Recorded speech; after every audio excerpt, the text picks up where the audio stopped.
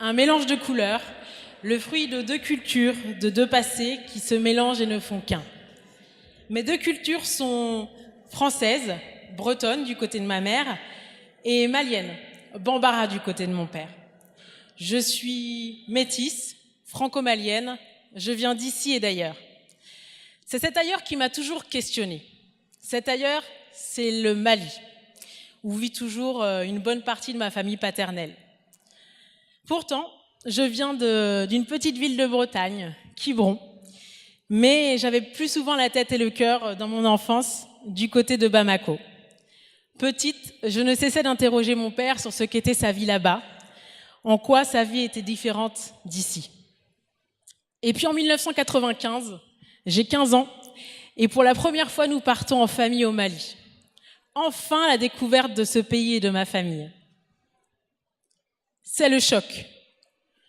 Le choc brutal pour la petite bretonne à l'éducation judéo-chrétienne que je suis. Le choc. Comment certains pays peuvent avoir autant et d'autres si peu. Et le choc passé, je découvre un pays formidable, des gens merveilleux et surtout le bonheur de découvrir une autre culture que la mienne.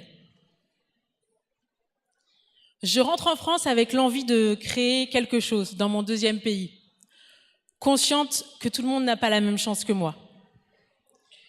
Et puis les années passent, et en 2011, je plaque tout. Besoin d'un break, d'un retour aux sources. Alors évidemment, je pars en Afrique. Un voyage au cours duquel je croiserai de nombreux enfants. Mamadou et Fanta au Mali, Souleymane et Oumou au Sénégal, Lia et Sarah au Cap-Vert. À mon retour, c'est décidé.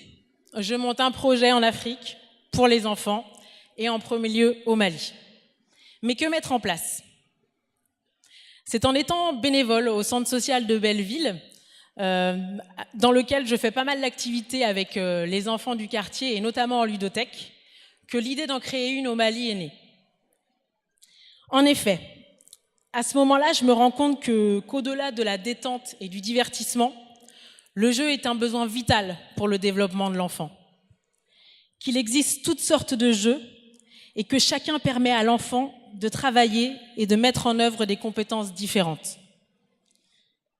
Savez-vous aujourd'hui que tout le monde s'accorde, scientifiques, professeurs, éducateurs, sur le fait que le jeu permet d'améliorer les conditions d'apprentissage des enfants, que le jeu leur permet de s'épanouir, de créer du lien social, de développer leur imaginaire, mais que le jeu est également un parfait outil de citoyenneté.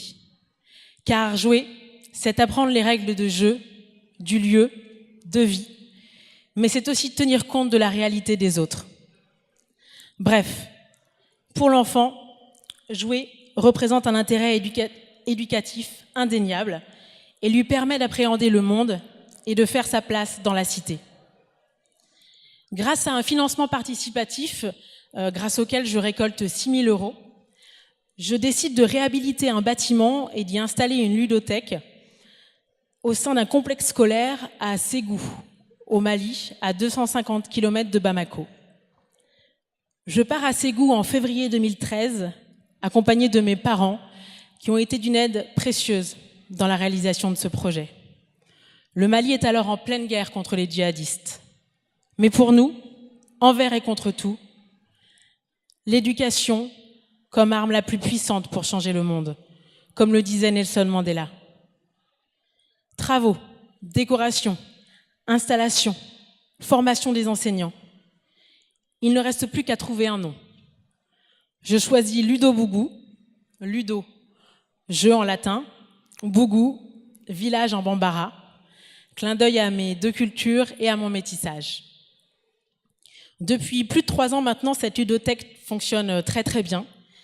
Elle est autogérée par l'équipe enseignante à Ségou et a démontré son utilité auprès de 400 enfants âgés de 3 à 12 ans. Forte de ce succès, je décide de créer l'association Ludo Bougou Geneviève Danté avec 2 objectifs. Le premier, créer ce concept et d'autres ludothèques dans des écoles en Afrique. Et le second, rendre hommage à ma maman disparue qui s'est beaucoup investie dans la première ludothèque. Aujourd'hui, elle me laisse seule dans ma vie et dans mon projet. Alors, je veux la faire vivre à travers cette association. Savez-vous aujourd'hui que l'on compte près de 250 ludothèques dans toute l'Île-de-France et qu'il n'en existe que 7 dans toute l'Afrique? C'est pour réduire cet écart et donner accès à un maximum d'enfants sans aucune discrimination, comme le précise la Convention des Nations Unies relative aux droits de l'enfant, que notre association met en place ce projet unique.